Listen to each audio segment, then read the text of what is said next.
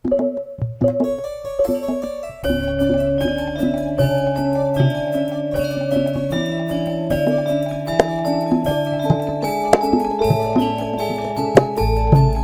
reganing sasana panggih Wus Arsa Kabiwada sinengga sayaning para kadang Sriman Seniwati campur sari KWSJ pangarsanipun Bapak Kunanto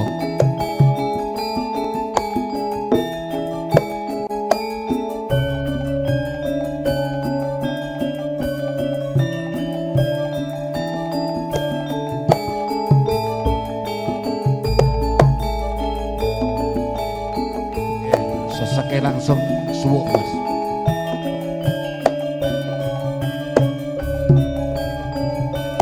Seseke langsung suwuk.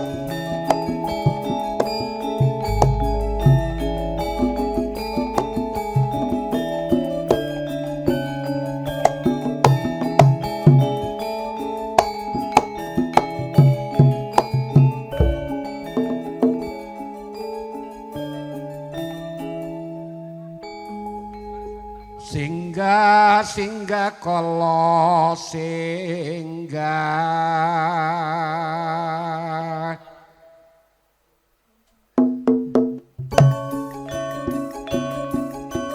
panso minggah durga kala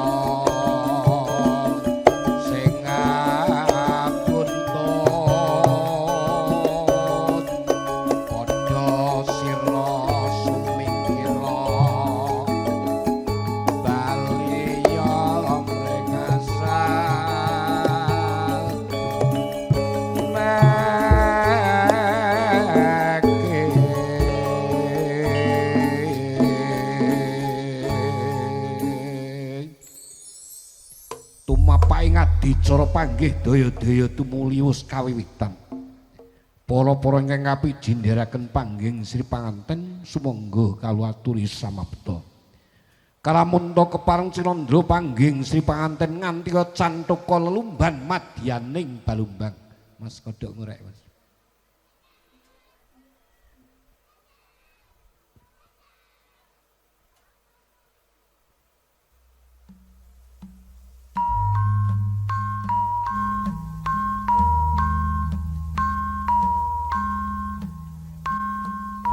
Wus dumugi wayahing mangsa kala dumawahing kodrat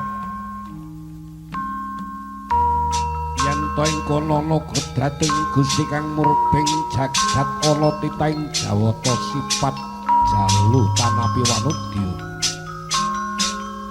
samana wis kepareng netepi darmaning agesang udari ila-ila pepalining para kuna Istring sedia mung arsa ngleluri Laksita Harja nulat dendhaing budaya kang adiluhung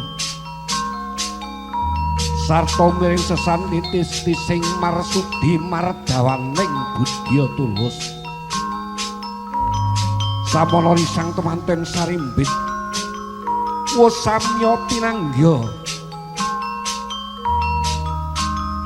wonten ing saged gapuraning pawiwahan agung Gya samya bebalangan risang temanten sarimbit balang binalang jatining lesan ambalang gantal tumomo jatining katresnan Risang pinanganten kakung ambalang gantal winastan gundang tutur para dine keng putri winastan gundang kasih samala sigra merpeki wujuding kanangan tiga kang caket kalian botor kencana pinangka wadhahing sekar setam sigra laju sumungkem sumembah mepadaning keng raka adi kang mas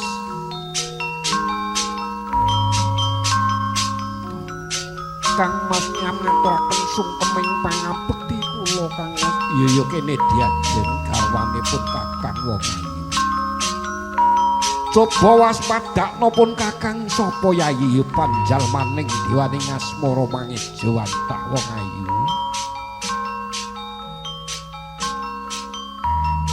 Siadi nggae jejering wanita tama ampeyanipun Kakang Wiji ana yayi. Samono risang piranganten putri Gya angranu padha ranus ngarani tirta padha samparan risang temanten kakung jejering wanodya tama kang bekti marang guru nabi wis kepareng amiji ngirangi saliring Sukerta Durga mendhak kala sena padha sumisih sumingkir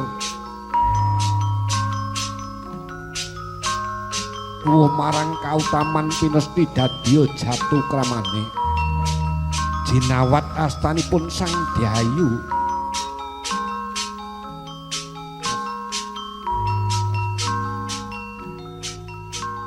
langsung persiapan nomor yang langen gitu aja risang pinangan nen putri wis dinawat astanya jajar sumandhi kinaryok kaboyong dening Rama manjing sajroning sasana wisuda siningeban sindur binayang sigra jumangking padha sawegahing gati samteng diri panjenengan Bapak Erianto wis kepareng amboyong kanthi sindur binayang kang putri sang penganten sarimbit kaderen sayaning para kadang warga wanda dampyak Cinandra ngantika Sri Narendra kang ngarsa tedhak siniwaka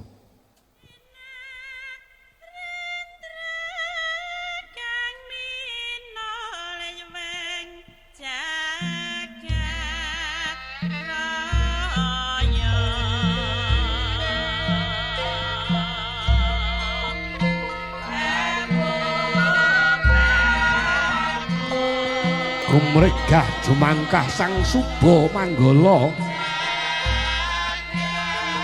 samana mangarsane tindakira ingkang Bapa Erianto kepareng boyong kanthi sindur binayang elena sang Suba Manggala wiwit timur mala tansah kinudang-kudang ginulang reh pepoyaning kautaman Pramila datanmu kalendori sang Suba Manggala tansah ngenaken marang Suba Sita ngiringaken marang kanistan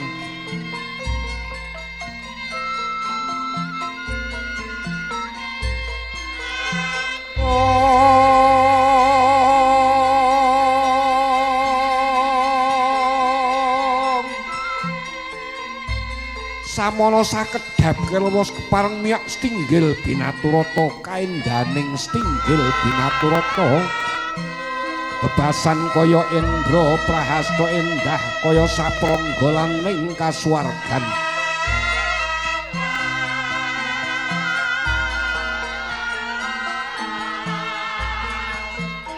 Risang pinanganten sarimbit tansah tinuntun raing kautaman pinayungan budi rahayu ya lenggah siniwaka Bapak Erianto manjing sasana kursi pinajang kepareng diwasa nglajang tata lengganing tata upacara traju timbang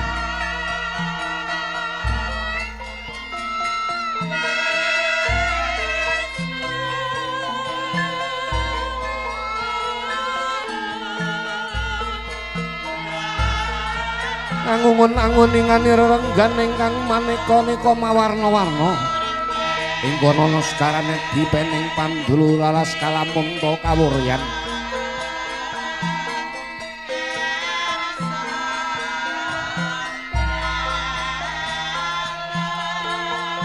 Usmanjing sasana kursi pinajan solajan teterengganing upacara. Mas ra dikecilin dikit Mas musiknya.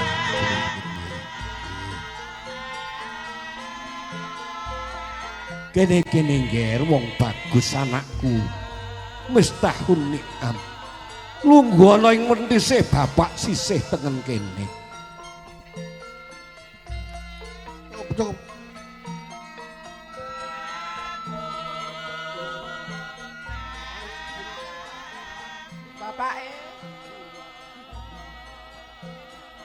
Bapak anak kita berdua ini Bapak timbang-timbang beratnya mana Bapak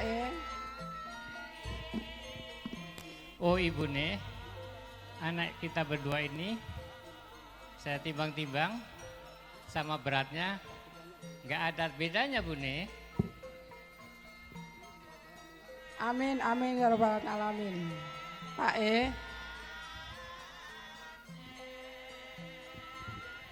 Jejering tiyang sepuh ingkang dateng bau sanak bau kepini ramban cindhe ban siladan.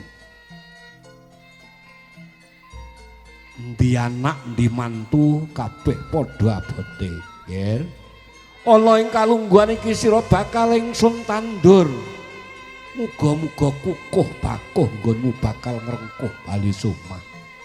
Bismillahirrahmanirrahim. Niat ingsun nandur anakku wong bagus kowe Miftahun Ni'am lan wong ayu Erni Setyawati. Setunggal kalih tiga kalenggahing sasana kursi pinajang. Muga kukuh bakuh nggonmu bakal ngrengkuh bali sumah.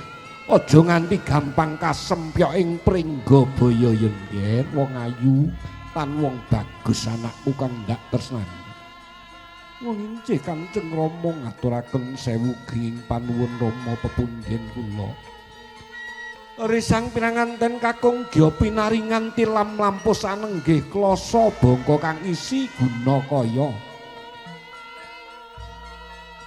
Ingkang sinuwun dening Suket Kalanjana lah punika werdinira kacar kucur ingkang kisi kacang kawak dewi kawak ana pari kawak kepeng emas kepeng perak. Wong liya dadya sanak yen wis dadi sanak satemah cedhak uripe bakal kepenak marang wong kang den tresnani. Kene-kene diajeng Erni Setyawati sajagat ora ana kang padha yayi. Iki ana guna kaya asiripun kakang tampan ana wong ayu. Ya iki wujuding tanggung jawabipun kakang marang Siadi Ayu. Ingkang kudu paring nafkah lahir lan batin marang kowe wong ayu. Yen to lagi akeh nggonku paring rejeki aja lali ngucap syukur alhamdulillah diajeng. Nanging yen to lagi sithik nggonku paring rejeki. Ya pancen manungsa kuwi wajib budidaya wong ayu. Muga-muga Gusti tansah ngijabahi. Wong encih Kang Mas. Sesemban kula menika guna kaya paring panjenengan badhe kula titipaken ngarsanipun Kanjeng Ibu Kang Mas tak derekake wong ayu. Yen to kersamu kaya mangkono Yayi. Wis sowan lumarap ngabiyantara ngarsaning Wanudyatama kang wis den percaya Kanjeng Ibu pepundhen kula. Menika wonten guna kaya paringipun Kang Mas Miftahun Ni'am kula titip ngersa panjenengan Kanjeng Ibu. Kene nduk bakal tak simpen ana ing gedhong peteng ya ngger wong ayu. Muga-muga besok kena kanggo modal nggonmu padha omah-omah. Malah kepara kena kanggo nyampurnake nggonmu padha ngibadah menyang tanah suci Mekah. Netepi kewajibaning umat muslim mengkono ya ngger. Jejering wanudya ingkang surti setiti ngati-ati. Pinaringan dedaran lisang temanten sarimbit gyodhar kembul sesarengan kembul bujana Andrahina. Kene rada caket kene to diajeng. Iki ana rejeki paringing Gusti kang murbeng dumadi ayu padha disyukuri wong ayu. Suwawi kula dherekaken Kang Mas anggenipun kembul bujana menika. Samanagya samiya dedulangan kekakung dulang ingkang putri dulang ingkang kakung samiya pepasihan. Sapuluhan sawiji dadi rong empluan ping pindho jodoh. Telung empluan ping telu wahyu-wahyuning nugraning Gusti Kang Maha Agung wis tumiba ing pangkone risang temanten Sarimbit. Malah kepara nambah kaping 4 kuwi wujuding derajat lan pangkat. Ping 5 bondo muga-muga kacukupan dening duga lan wasta nggone padha memangun ing bebrayan agung. Arsa pinaringan tirta wening kang mijil saka Kendhi Pertala. Kene-kene diajeng. Iki ana tirta wening kang mijil saka Kendhi Pertala Yayi. Ayo padha diunjuk bebarengan supaya menepeng galihmu wening pikirmu wong ayu. Anggone padha bakal ngembat watang aputung ngejung gumbala ruwet. Oleh arep padha memangun bebrayan agung iki Yayi. Mulinjih Kang Mas Suwawi kula dherekaken anggenipun nyecep madu ning asmara janma menika lho Kang Mas. Manunggalaken rasa jati sejatining rasa. Samana risang temanten Sarimbit wis kepareng ngunjuk tirta wening samu barang pakaryan den ing ngarsa den lampahi mugi kapenggalih kanthi weninging panggalih miwah menebing kalbu.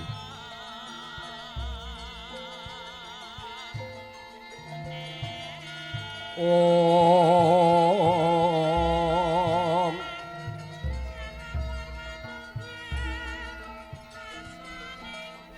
risang temanten Sarimbit ingkang wus kawini suda dadi raja sedina ratu sedalu. Parandene tansah enget marang sangkan paraning dumadi.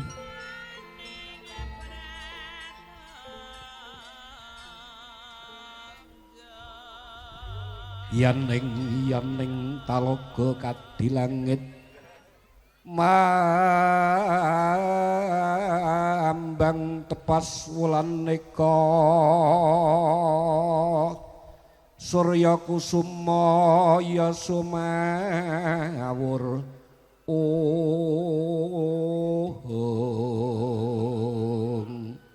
Gya jengkar saking palangka dibya sang Nalendra Sadina. Arsa lumarap ngabyantor ngarsaning para pinendi sumembah ngarsaning Rama Ibu. Kawijil kanthi erepen sekar dandang gula. Rama Ibu kang luhuring budi kang ngukir jiwa lan raga kang agung pangorbanane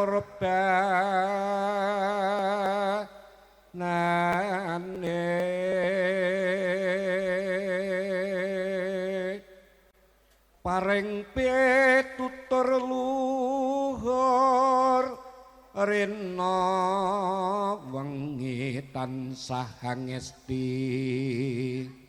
mrih rahayuning putra lulus kang ginayo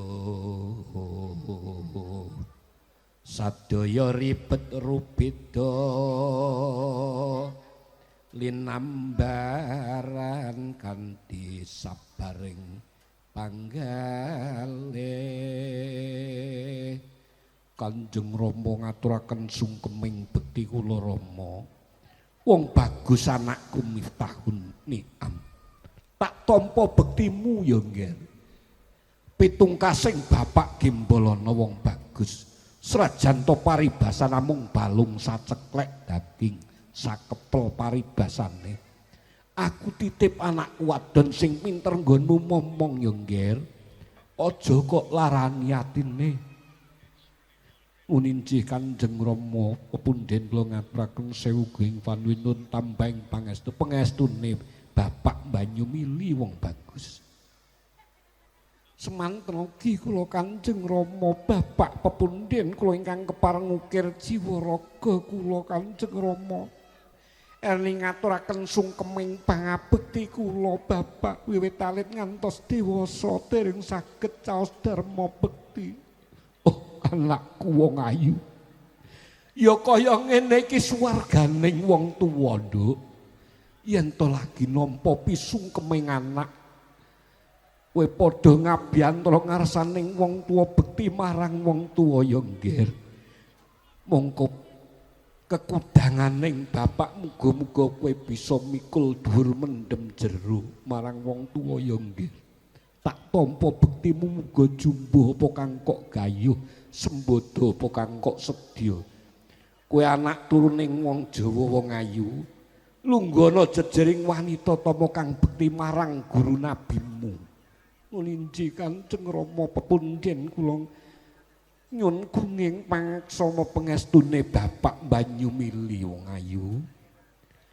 Samanyagya rerangkulan tumetesing waspa tumiba pangkoning ingkang Rama.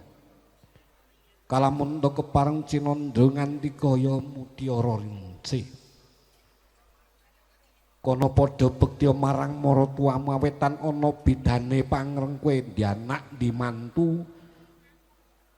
Kabeh padha abote padha tetimbangane. Samanagya sumembah kadya sinendal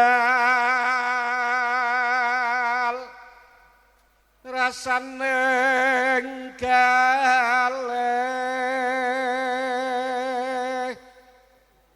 panyong kemekeng putra saduga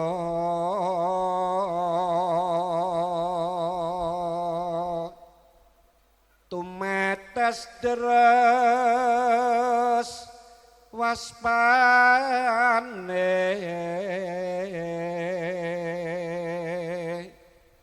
tanko wawajroning kalbu ngondo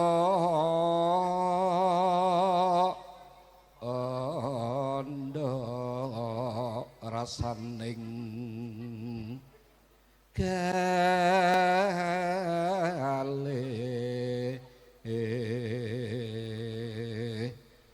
alon ngandikan nira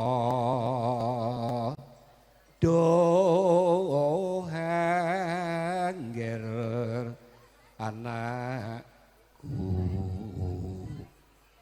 sun tampa panyung kemirla muga-muga antuk rahmating yang widi genira jejodohan. Kanjeng Rama pepundhen kula ngaturaken sungkeming bekti kula Rama. Tak tampa wong bagus anakku kang ndak tresnani kowe Miftahun Ni'am. Kowe jejering priya kang sembodo ing driya. Dadya sanggaring kulawarga ya nggih. Sing bisa kena kanggo pengayoman marang anak lan bojomu. Dimen kena tinulat-tinulada marang anak turunmu besok wong bagus. Uninjih Kanjeng Rama pangestu Kanjeng Rama ingkang tansah kula suwun pangestune Bapak Banyumili wong bagus. Samana wis paripurna dene ngabyanto ngarsaning para pinundi mratandani tata rengganing upacara panggih wis kasembadan kalaksanan kanthi kalisnir ing rubeda. Kyai Tunggul Asmara wis kawangsulaken ing geger walian mratandani yen tata rengganing upacara panggih wis paripurna. Jaya jaya Wijayanti nirbaya nirwikara nirbaya nirsangsaya mugi rahayu anggenipun memangun bebrayan agung. Samono bodholing para pagrayu pager bagus kondul saking sasana pawiwahan agung arsa kabodhol sang suba manggul ingkang slebda endahing sastra budaya bisa manjing ajer-ajer mancala putra mancala putri kabodhol kanthi tari topeng edan gagrag didik nini tawok kang mijil saka Ngayogyakarta Hadiningrat. Ya, tunggu dulu.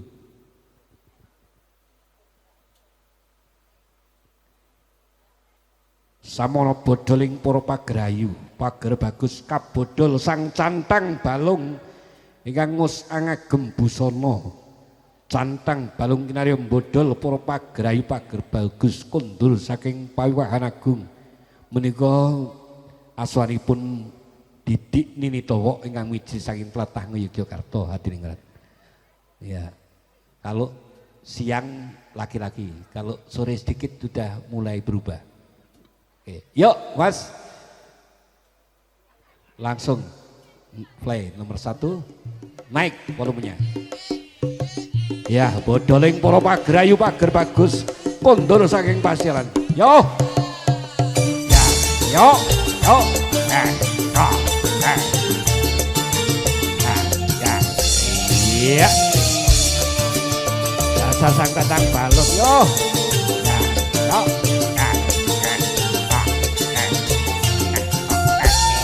Ya, ya. Mas aja diplero. Lah, yo. Mas, gantenge ora jamak-jamak mani-ami. Aku dadi kelingan karo pasang aku biyen ganteng mesenan aku tandake sisan lho mas nanti kebetulan wes ya yo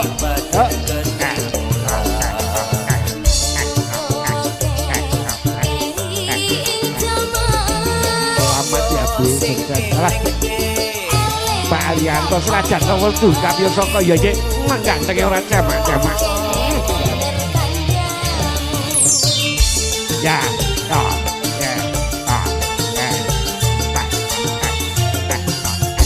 iya. Kae saja ayo. Bapak misori rada kepentut karo aku rada dedeketan ya. Niki Pak nggih. Lah Allah. Goyang barang yuk. Niki Pak selamat nggih Pak sukses. Ora seblono. Tak kesusan. Ibuke cemburu mengko ya lah yo.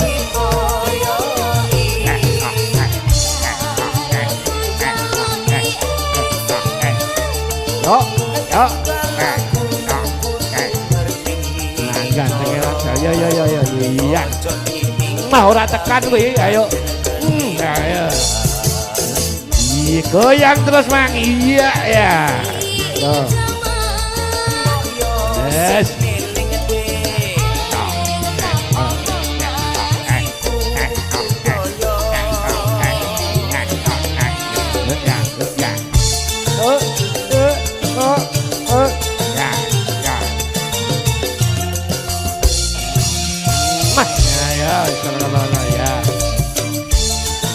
Dasar sang cantang balung yo. Ya. Ya. Ya, cara Jawa Barat ya wasis. Hop.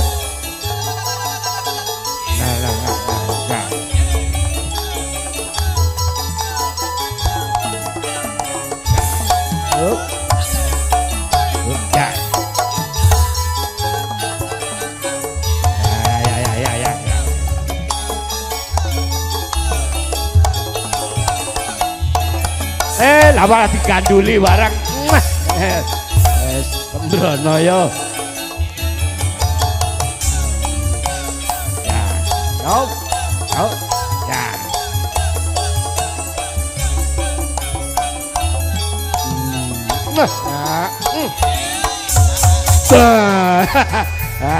Malah medeni sih. Carane Pak Arianto ditokke saka gedhogan yo. Kanggo regenging swasana. Oh, ya. Ya. La yo. Ya ngarso tangkep ibu yo. Nah. Au. Ya. Au.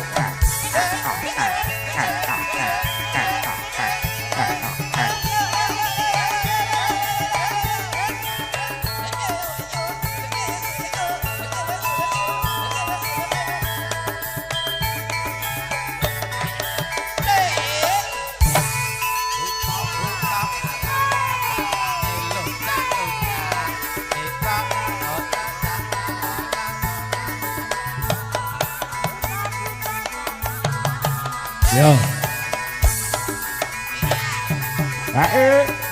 Ya. Wes gek dilebokke ning kandang meneh jarane yo. Aja nganti gawe rusaking swasana. Ae pentul saka tlatah Gunung Kidul rada bagus yo. Ya. Au. Ya. Au. Au. Ya. Ya. Au. Rada bagus ya. Ya loro-lorone go siji yo.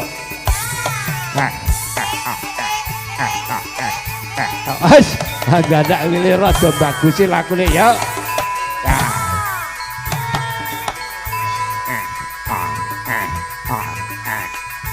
Dasar sang cantang balung yuk. Ya. Yes. Oh sajae ora ikhlas. Ora dicol-colke wes. Ya.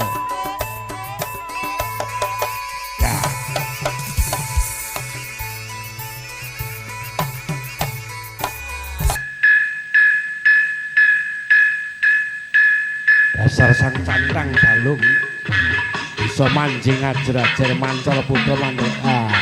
Mas Joni awong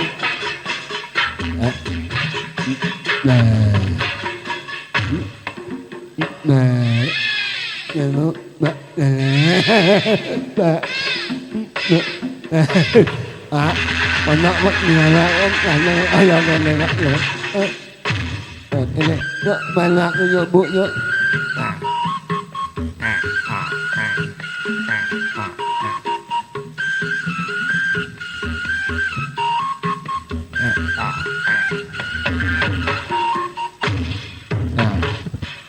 Oh tangannya begini nanya begini maring-maring den nyuwun pengestu den.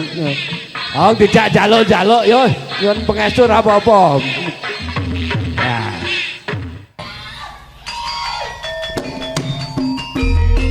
Ora kaya layangan singit tok ya. Bu.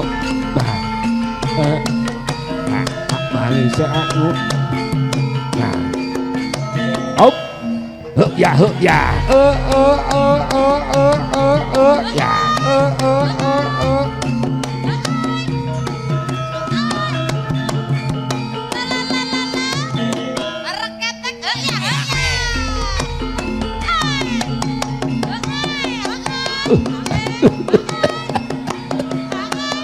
Dan wah anakku tuku kabeh kene jasimbah alon-alon nggih ngatos-atos Mbah Le tindak ya lah dan ayu kabeh putu-putu kene siji loro telu janjos tenan kene aku derekno tak bali abot-abote arep mengestoni putuku le dadi manten kene yuk. Derek ke Simbah. Kiwa tengen ya kanan kiri yuk. Tindak ya alon-alon pelan-pelan yuk. Oh alon-alon le tindak lo. Jalan ya. Bangunin. Kasihan mbahnya dengkule wis lemes. Nggih monggo jane. Boyoke wis ora patek kuat.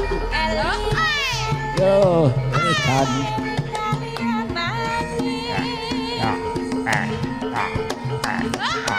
ngatos-atos Mbah Le tindak nggih. Yo, wis. Ora bali sik. Simbah tak bali. Ini dadah yo. Ngatos-atos tidak Mbah yo. Boyoke nyangkol wis jengkule lemes ora kuat yo jan. Simbah tak bali dhisik ya Nduk. Nggih Mbah, ngatos-atos tindak nggih. Oh jan ayu tenan kowe.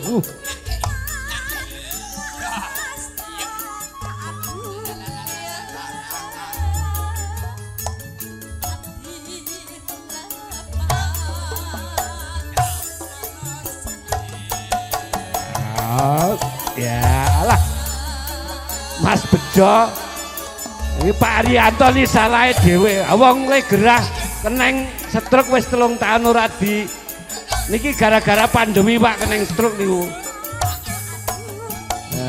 ya wis mau salaman Mbak mau salaman ya mau ngajak salaman udah keple wis lemes tangane ya iya alah ya wis alah ya puluh sing arep kepengin gandeng wanita alon tidak bangunin Mbak bangunin wis kari karep tok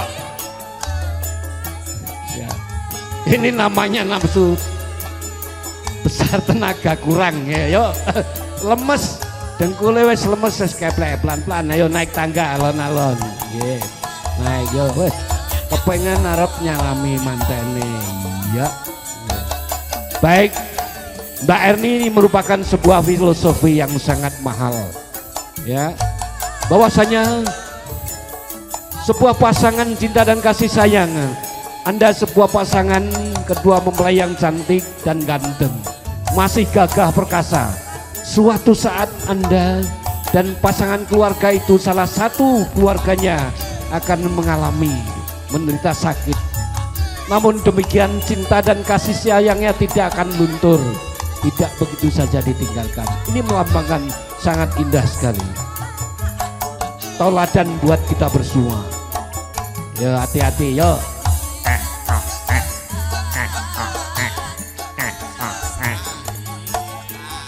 Baik kita berikan tepuk tangan yang meriah di persembahan dari Kiki Wedding Tamara Wedding Organizer telah mempersembahkan sebuah budaya Hatiluhung Gagrek Surakarta Hadiningrat.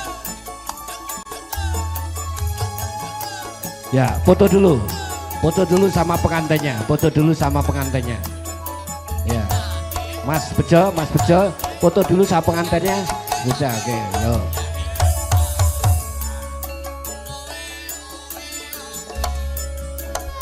Ya.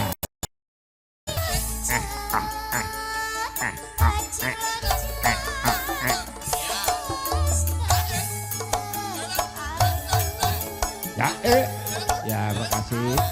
Yo, foto dulu. Ayo Mbak, naik. Yang pakai seragam sama naik. Nanti kita foto dulu ya. Ntar dulu.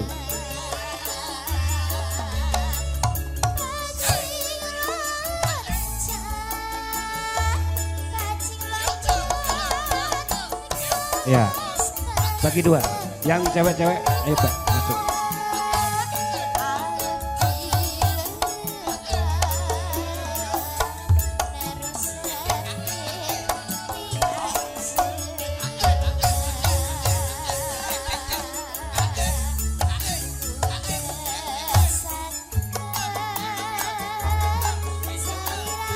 Oke Mas, musiknya matiin. Terima kasih. Mati Mas. Ya baik pengambilan foto. Adik-adik pagar ayu pagar bagus. Oke. Ya baik terima kasih. Oke silakan duduk kembali Bapak Ibu dan kedua mempelai. Hadirin para undangan Bapak Ibu yang kami muliakan, demikian serangkaian upacara dan pagi pengantin Gagrek Surakarta Hadiningrat.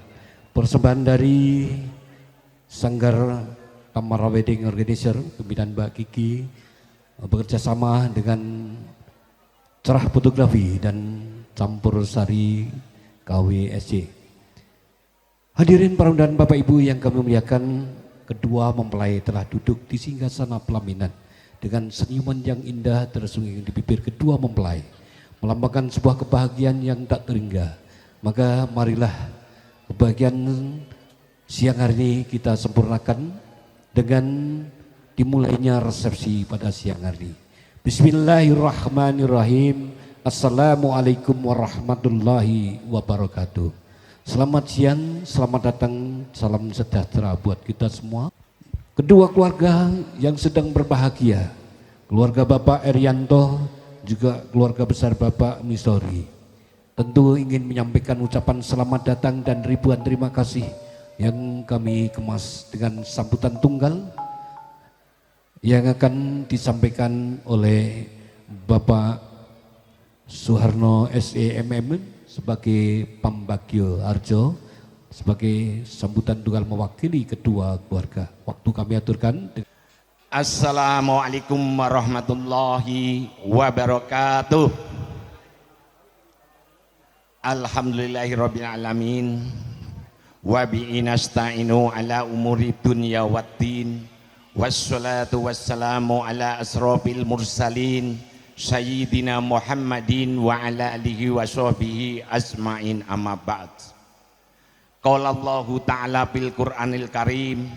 A'udzu billahi minasyaitonir rajim. Bismillahirrahmanirrahim. Wa min ayatihi an khalaqalakum min anfusikum azwajal litaskunu ilaiha wa ja'ala bainakum mawaddata wa rahmah. Inna fi dzalika laayatil liqaumi yatafakkarun. Yang saya hormati Soibul Bait Bapak Erianto dan Ibu Kartini beserta keluarga. Yang saya hormati Bapak Misrori dan Ibu Siti beserta keluarga. Yang saya hormati para alim ulama, para tokoh masyarakat, para sepuh bini sepuh, para tamu undangan yang berbahagia. Pertama-tama marilah kita panjatkan puji syukur kehadirat Allah Subhanahu wa taala, berkat rahmat, ridho, hidayah, inayah serta karunia-Nya. Alhamdulillah, pada siang yang berbahagia ini kita diberikan berbagai macam nikmat, terutama nikmat sehat, sehingga alhamdulillah bisa menghadiri undangan resepsi pernikahan putra putri kami yang alhamdulillah sudah dilaksanakan pagi tadi.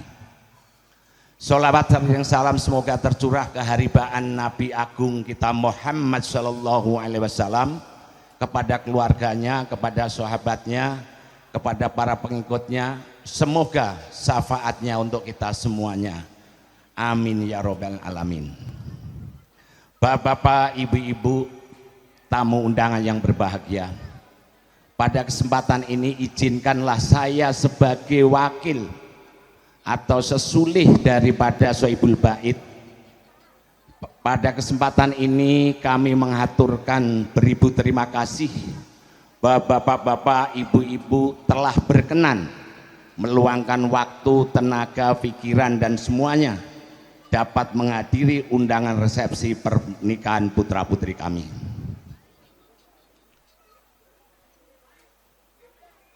Dan pada kesempatan ini kami mohon dibukakan pintu maaf bila mana tata cara penerimaan, penyambutan dan hidangan yang kami sajikan nanti kurang berkenan.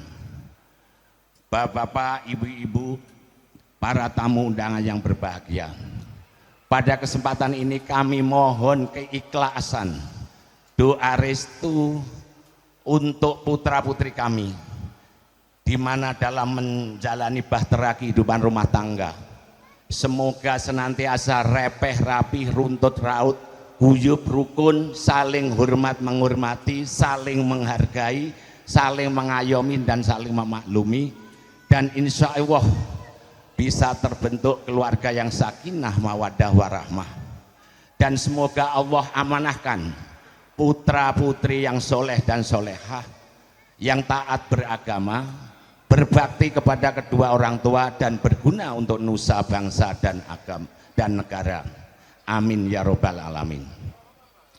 Bapak-bapak, ibu-ibu, para tamu undangan yang berbahagia, mengingat sudah sementara waktu kehadiran dan rawuhnya bapak-bapak ibu-ibu, untuk itu kami mohon berkenan mencicipi hidangan, menikmati hidangan yang telah kami sediakan. Bila mana kurang mohon dimaafkan. Bapak-bapak ibu-ibu para tamu undangan, bila mana bapak-bapak ibu-ibu sudah berkenan ingin pulang ke kediaman masing-masing, kami atas nama keluarga besar mengucapkan selamat, mudah-mudahan selamat sehat dalam perjalanan dan dalam suasana gembira dan bahagia sampai di kediaman masing-masing. Bapak-bapak, ibu-ibu, sekali lagi kami mohon dibukakan pintu maaf bila mana tata cara penerimaan, penyambutan sekaligus hidangan yang kami sajikan kurang berkenan, dan barangkali ada tutur kata kami yang kurang berkenan, mohon dibukakan pintu maaf yang seluas-luasnya. Wabillahi taufiq wal hidayah. Wassalamualaikum warahmatullahi wabarakatuh.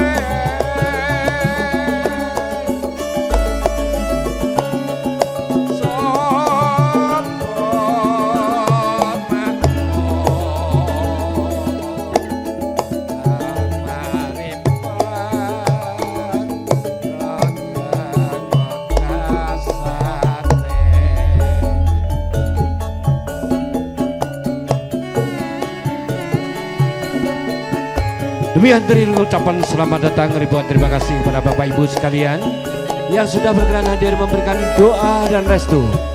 Selamat untuk menikmati jamuan santap siang Ondrowino Gebel Bujono Sesarengan. Berbagai hidangan menu istimewa telah disajikan oleh keluarga besar Bapak Erianto